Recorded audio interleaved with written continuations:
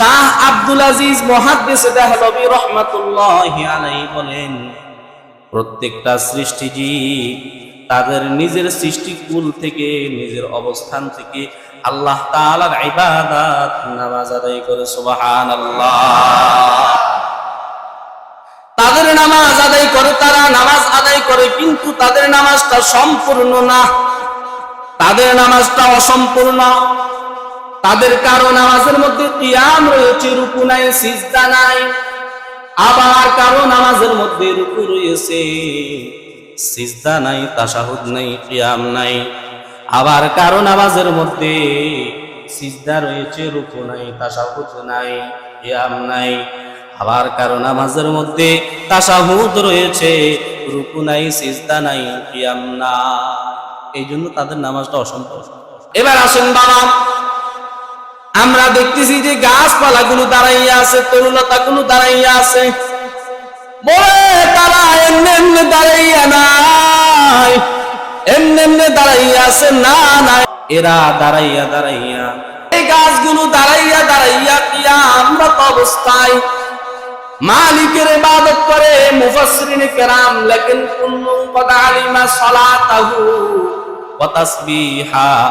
এই আয়াতের ব্যাখ্যার মধ্যে, বিশ্লেষণের মধ্যে লেখেন, এই গাছগুলো দাঁড়াইয়া দাঁড়াইয়া কিয়ামরত অবস্থায় কার নামাজ আদায় করে? আরো জোরে বলেন, কার নামাজ? আল্লাহ তাআলার নামাজ আদায় করে। মুসলমান ভাইরা আমার, আবার আমরা দেখতেছি আল্লাহ তাআলার সৃষ্টি জীব, আল্লাহ তাআলার মাখলুক, গরু, ছাগল, মহিষ, বেড়া, দুম্বা, এগুলো আমরা দেখতেছি যে সব সময় ঝুঁকিপূর্ণ আছে। অর্থাৎ আমরা যেভাবে রুকু করি, কি করি, যেভাবে রুকু করি এই রুকুর হালতে আছে। বলে তারা এমনি এমনি রুকুর হালতে নয়, এই রুকুর হালতে থাইকা তারা মাওলা পাকের নামাজ ইবাদত আদায় করে। সুবহানাল্লাহ। বুঝতেছেন নি বাবা? বুঝতেছেন নি কথা? বুঝেন, বুঝার দরকার আছে।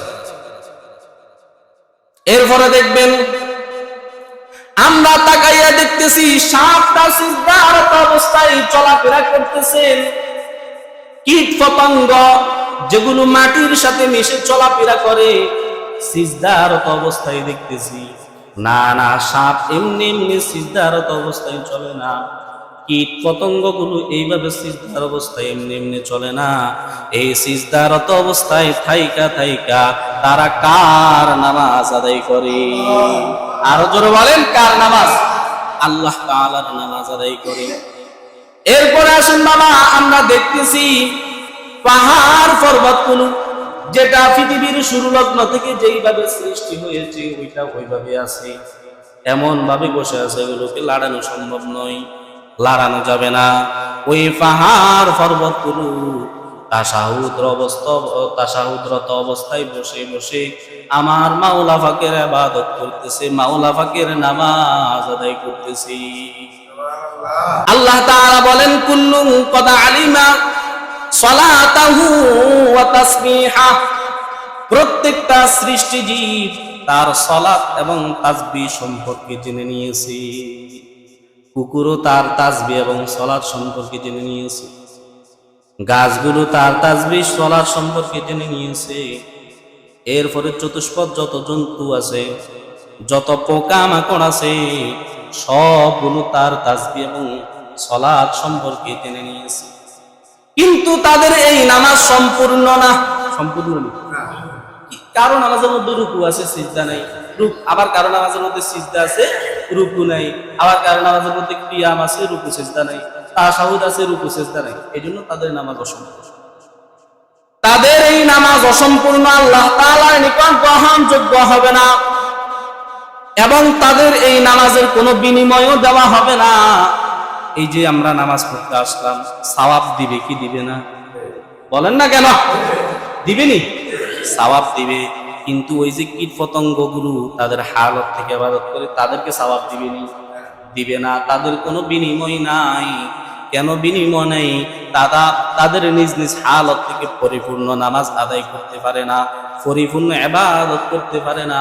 এই জন্য তাদের জন্য কোনো বিনিময় নাই।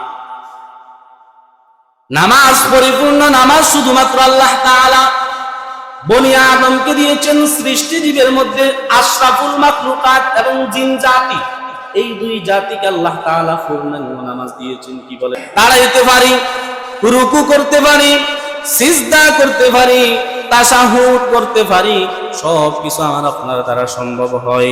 এই জন্য আমার আপনার নামাজ সম্পূর্ণ। আর আমার আপনার নামাজ সম্পূর্ণ হওয়ার কারণে আমার আপনার জন্য বিনিময় আছে না? না আছে, বিনিময় আছে। বিনিময় আল্লাহ তাআলা কি রেখেছেন? জান্নাতের অফুরন্ত নাজ নেয়ামত আল্লাহ তাআলা আমার আপনার জন্য নামাজি বান্দা বান্দির জন্য রেখে দিয়েছেন। সুবহানাল্লাহ।